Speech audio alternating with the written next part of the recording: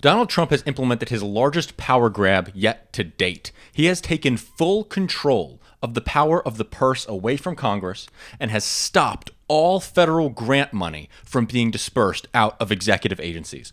What kind of agencies are we talking about? We're talking about the Head Start program that grants preschool access to children in rural communities, most especially. We're talking about 300,000 children that are served by Head Start. We're talking about Veteran Home Loan Administration. Veteran home loans are going to be cut off by 5 p.m. today if they are currently in the process of requesting a loan. And the biggest chunk is Medicare.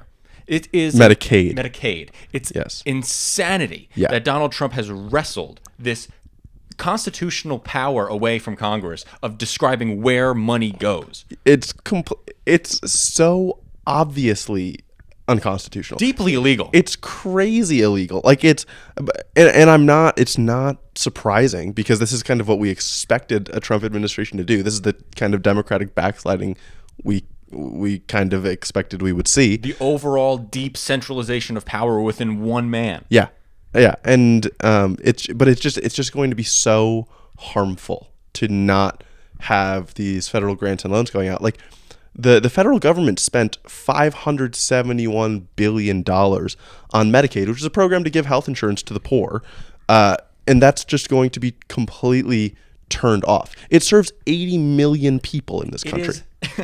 It is the largest health insurer in the nation other than Medicare. Yeah. Okay. Medicaid. Now, Trump, their press secretary came out and was like, I don't know if we're going to touch Medicaid yet. I have to see. I have to wait and see. Well, try to go onto the Medicaid payment portal if you're a doctor. Mm-hmm. You can't. As of we're recording this video right now, the Medicaid payment portal in all 50 states is shut off. Medicaid payments are not going out.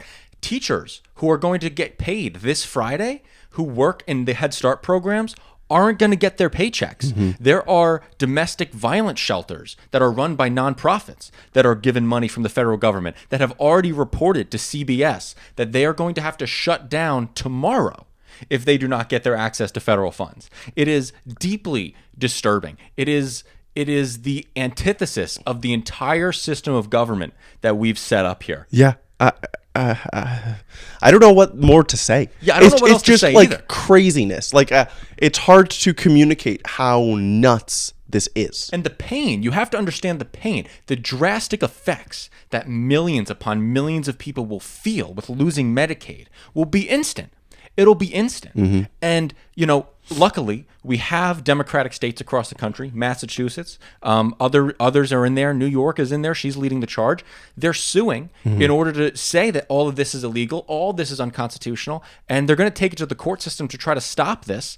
But that'll take time. It will take time. This order is set to go into effect in 2 hours as we're recording this video. And this is the strategy that Trump is taking in a lot of avenues right now. Is he's doing these things that are kind of blatantly unconstitutional or go against Supreme Court precedent, and he's waiting for the courts to stop him. And we are still yet to see whether he'll actually respond to a court order, because this is so blatantly taking the power of the purse away from Congress.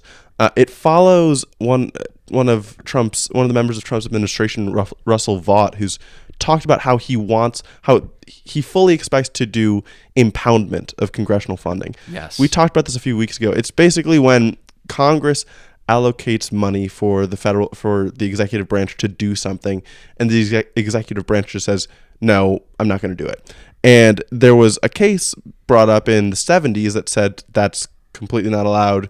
You cannot impound funds. And there was also an act passed by Congress to support that case after it ruled that the president couldn't do that. Yeah. So they're doing this even though there is both legislative and judicial precedent to say that it's not allowed, which makes me worried about them responding to any other check on their power. It seems like Andrew Jackson, where Mr. Marshall has made his decision, now let him enforce it. Exactly. Right? That is what is happening right now. Yeah. And this guy, Russell Vought, he is the nominee for the Office of Manager and Budget. Now, he worked in the first Trump administration.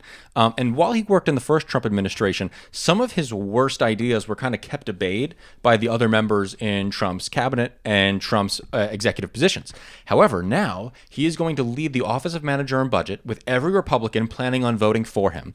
But during the hearing, Democratic senators asked him point blank, will you abide by the Impoundment Procedure Act or the Impoundment Control Act? That's what it was. This was the act passed in the 70s to stop Nixon from misusing executive funds and not dispersing executive funds as Congress told him to do.